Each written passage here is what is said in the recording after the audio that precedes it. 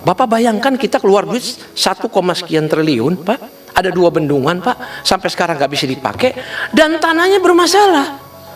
Betul kata Pak Dirjen, saya begitu datang, Pak, langsung, Pak, ditumpukin sertifikat sama masyarakat. Saya datang sama PLT Direktur Irigasi. Pak Yos, mana Pak Yos? Saya datang sama beliau, Pak. Nah, menurut saya, Pak, menurut pandangan saya, rejim yang lama itu jahat.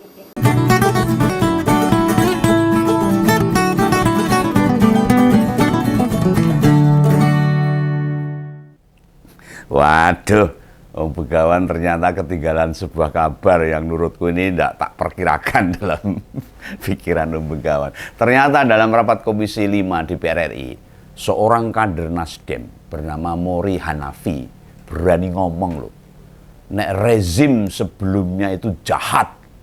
Ingat loh, itu disampaikan secara resmi waktu Komisi 5 melakukan rapat dengan Kementerian Pekerjaan Umum. Wadal tenang. Tak akui sangat berani nih Pak Mori. Apa yang sebenarnya bisa bikin dia seemosional itu? Dilihat dari aspek faktornya, ketahuan ini. Ini bukan urusan pribadi loh. Tidak perkara menyangkut kepentingan dia sendiri. Melainkan melihat warga di dapilnya tidak mendapatkan manfaat dari proyek-proyek negara.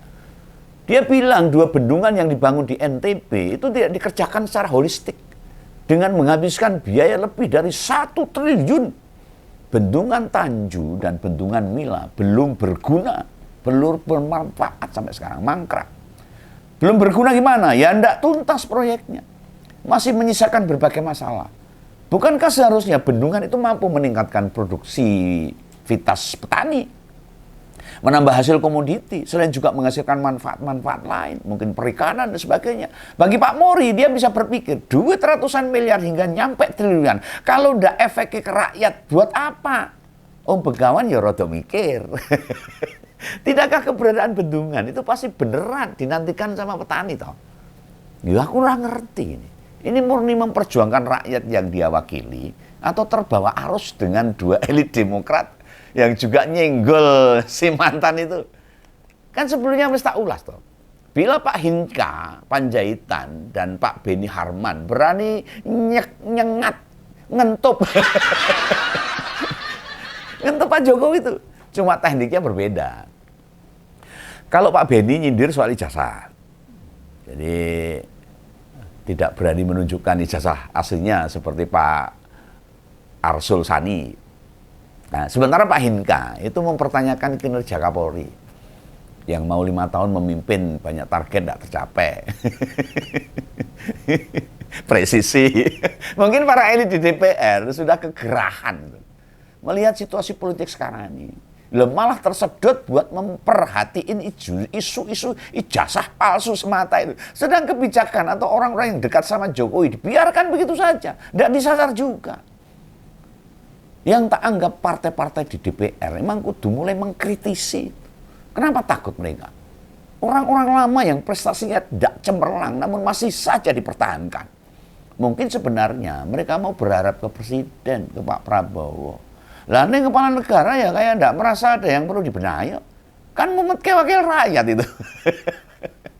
Loh, para wakil kita itu di DPR melihat perdebatan soal ijazah palsu sudah terlalu panjang serta berlarut-larut. Dan itu yang membuat berlarut-larut siapa? Ya Pak Jokowi sendiri. Yang tidak mau menghentikan permasalahannya dengan cara menunjukkan ijazah aslinya. Dan dia selalu berkelit. Tidak akan pernah. Hakmu apa? Dan sebagainya. Dan itu diamini oleh para lawyernya, para pendukungnya, para penjilatnya.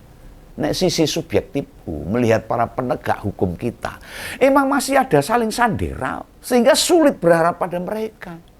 Momentum Pak Mori mengungkap tentang bendungan tak segera beroperasi optimal, idealnya sih diekskalasi. Bila perlu semua proyek PSN yang menghabiskan dana triliunan dievaluasi total. DPR turun itu, jangan ngomong tok. Di Nusa Tenggara Barat, di mana cerita bendungan yang tadi disampaikan, keberadaannya jelas diperlukan. Dan rupanya usai bendungan Tanjung rampung, tidak ada irigasinya. Kan konyol itu.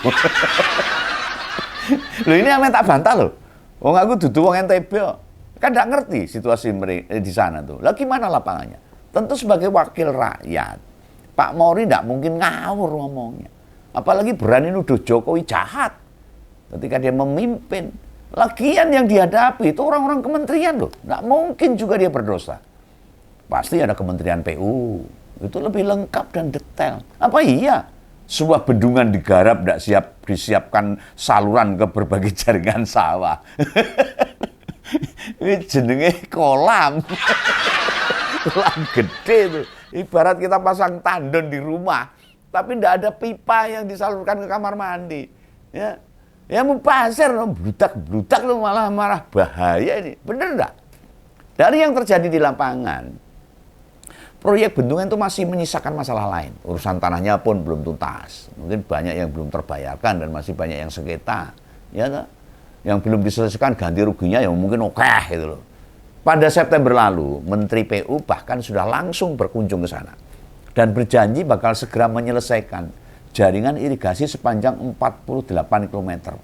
Lu semewah apapun atau semahal bagaimanapun, bila bendungan tak punya irigasi ya jelas-jelas sia-sia no. Ini kak sing goblok sopo ini. Aku ya bingung.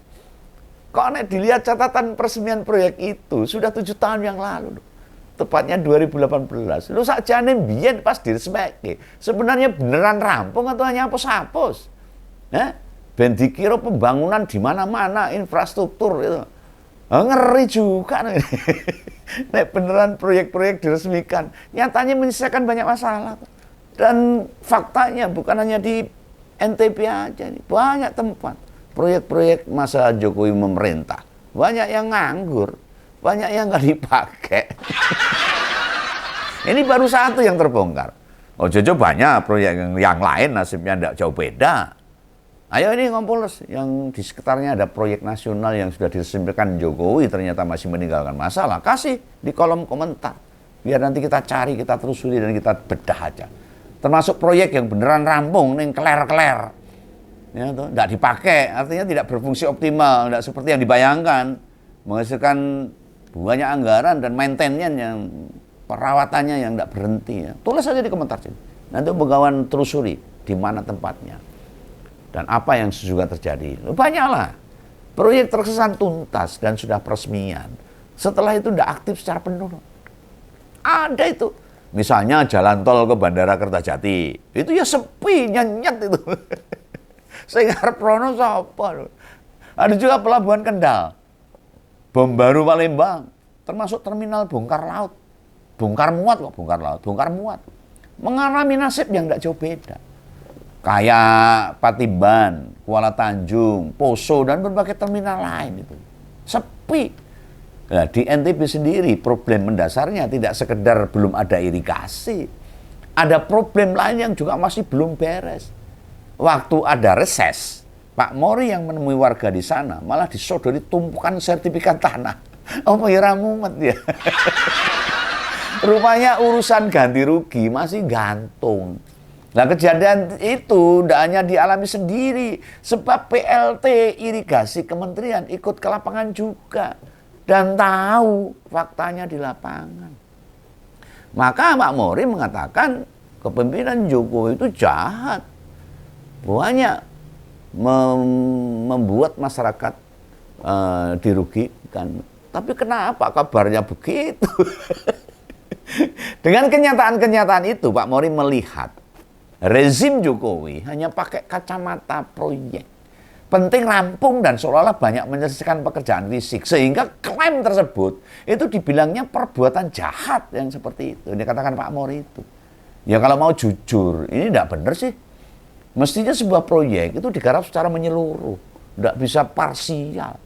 Nah, dengar kayak gini tuh, krungu koyong ini. Kita sebagai rakyat kan ya mikir. Duit APBN plus utang negara itu. Ini beneran disalurkan buat proyek yang bermanfaat atau tidak itu kan malah mencurigakan. Nah yang perlu dicermati atau diperhatikan, apa pernyataan Pak Mori ini?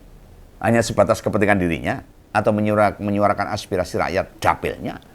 Bagi Begawan tidak sekedar itu. Ini ada motif lain kelihatannya. kalau dari sisi Begawan yang memang dibawa sebagai pemanasan kontestasi 2029. Arahnya kemana? Ya jelas ke Jokowi. Nasdem berkepentingan buat menahan Gibran dengan cara melemahkan bapaknya. Padahal bila mau flashback, dalam 10 tahun kepemimpinan Jokowi, Nasdem selalu mendukung loh. Tentu menyebut rezim Jokowi jahat itu enggak ucapan sepele itu. Dugaan Begawan, Pak Mori sudah minta izin ke ketua umumnya lebih dahulu, Pak Surya Paloh. Memakai kata jahat.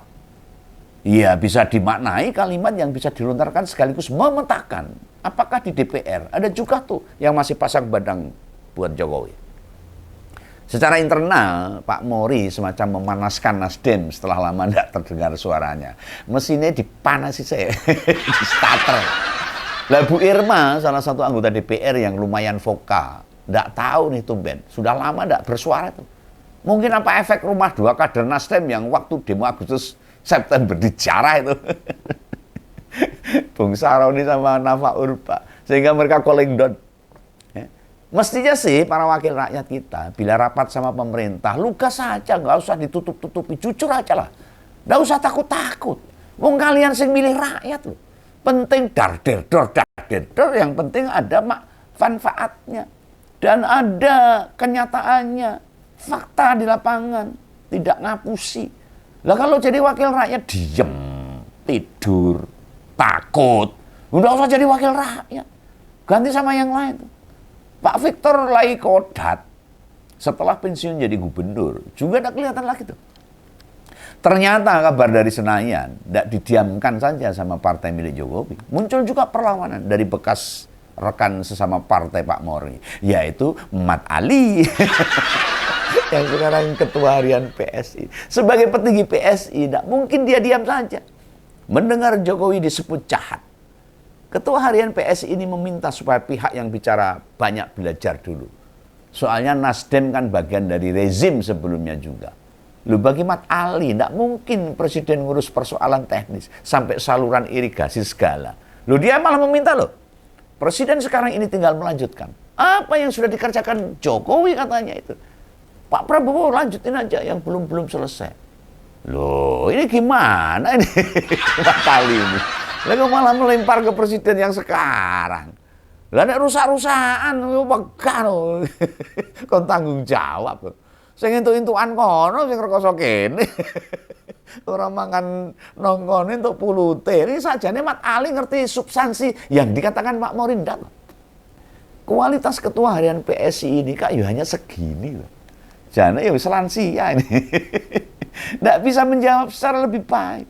Loh, mau bagaimanapun dalam sebuah pemerintahan, perencanaan proyek kan ya ada. Nggak mungkin gantung. Agar apa yang sudah dikerjakan sebelumnya jadi bermanfaat bagi rakyat. Kita sih nggak bisa bicara parsial begitu, terpilah-pilah, potong-potong. Orang rampung loh bos. Nah masalahnya Begawan nggak begitu ngerti nih. Rencana besarannya bendungan Tanju di NTB itu bagaimana. Namun dinilai dari emosionalnya Pak Mori. Ini aspek perencanaannya tidak menyeluruh ini pasti. Loh kenapa anggota Dewan tidak melakukan pengawasan ke sana itu? Sak durunge rampung kan ya iso diupek-upek toh. Jangankan proyek yang di NTB, lawang yang di Jawa itu. Ada beberapa yang infrastrukturnya yang tidak berfungsi. Tidak berjalan seperti yang diharapkan. Sing wonge ratusan juta ini. Begawan wis crita ping pira. Sudah ngupas berapa kali tentang bandara-bandara yang mangkrak secara operasional. Bandara ini jadi, gitu. Bandara ini wis rampung. Bisa dipakai. Ini tidak ada maskapai yang mau membuka jalur penerbangan. Tidakkah ini memperlihatkan proyek-proyek yang digarap tidak disertai dengan kebermanfaatan proyek? Kalau mau dilacak loh, banyak banget ditemukan itu. Proyek-proyek besar di saat Jokowi memimpin selama 10 tahun. Yang kemudian utilitasnya rendah. Yang harusnya menghasilkan, membentuk pertumbuhan ekonomi baru, malah jadi beban baru Pemda. Ini tantangan yang terus akan berulang. Yang juga sudah banyak dibahas, kayak kereta bus, ruginya itu ratusan triliun. Utangnya jadi membebani BUMN. Dan yang makin tambah bikin kecewa, Jokowi bila merespon sebuah isu, sering tidak jujur, kebohongan aja yang diungkapkan. Dia itu ngerti yang semestinya, tapi yang disampaikan itu hal lain. Hati, pikiran, dan mulutnya tidak sama. tidak menjawab apa yang ditanyakan. Negara ini memang krisis kejujuran. Sulit sekali mendapatkan pejabat jujur. Dan sudah semingguan ini Begawan makin malas ngupas berbagai hal yang disampaikan sama presiden yang sekarang ini. Karena tidak mengambil solusi yang sekarang lagi ruwet. Mau ngeritik ya buat apa? Wong nyatanya yang tidak ada pengaruhnya sama sekali. Pejabat-pejabat pada setor muka, ABS pasang badan, membedah pidatonya, tidak ada yang bakal bisa diharapkan. Contoh aja lah, tentang sekolah yang akan diberi Smart TV. Itu manfaatnya apa coba? Yo disikapi bagaimanapun, proyek Smart TV lanjut saja, nggak berhenti. Kemudian dari Kementerian Koperasi, tahun depan mau ada kucuran anggaran buat mulai nyicil pembangunan koperasi Desa Merah Putih. Manfaatnya apa? Seperti apa? Nggak ada yang sekarang kita ambil manfaat dari itu. Terus BGN, bilang per hari tahun depan bakal menyalurkan MBK senilai 1,2 triliun. Masih ada Kampung Nelayan Merah Putih. Habis meresmikan rumah sakit kardiologi di Solo. Presiden perintahkan menterinya membangun rumah sakit serupa sebanyak 66 buah. Alah. Ini pokoknya duitnya diambur-ambur. Perkara apakah berdampak buat rakyat? Nggak peduli itu pemerintah. Nah harusnya Jokowi itu turut tanggung jawab. Nggak diem aja itu. Toh dia ikut mempromosikan Prabowo Gibran. Belum lagi dia sudah memerintahkan buat relawannya dukung Prabowo Gibran 2 periode. Tapi bagaimana? Lah memang Jokowi mau peduli? Nggak gagas juga dia. Rakyatnya mau kelimpungan, mau nggak bisa makan, nggak mau tahu dia. Yang penting dia tetap bulat-bulat syahwat untuk tetap berkuasa bagi dia dan anak-anak dan menantunya. Ini yang sangat memperhatikan bagi Om Begawan. Tidak lereh, tidak istirahat setelah mendapatkan semua fasilitas dari negara. Kurang apa? Bersyukurnya di mana? Sudah tahulah.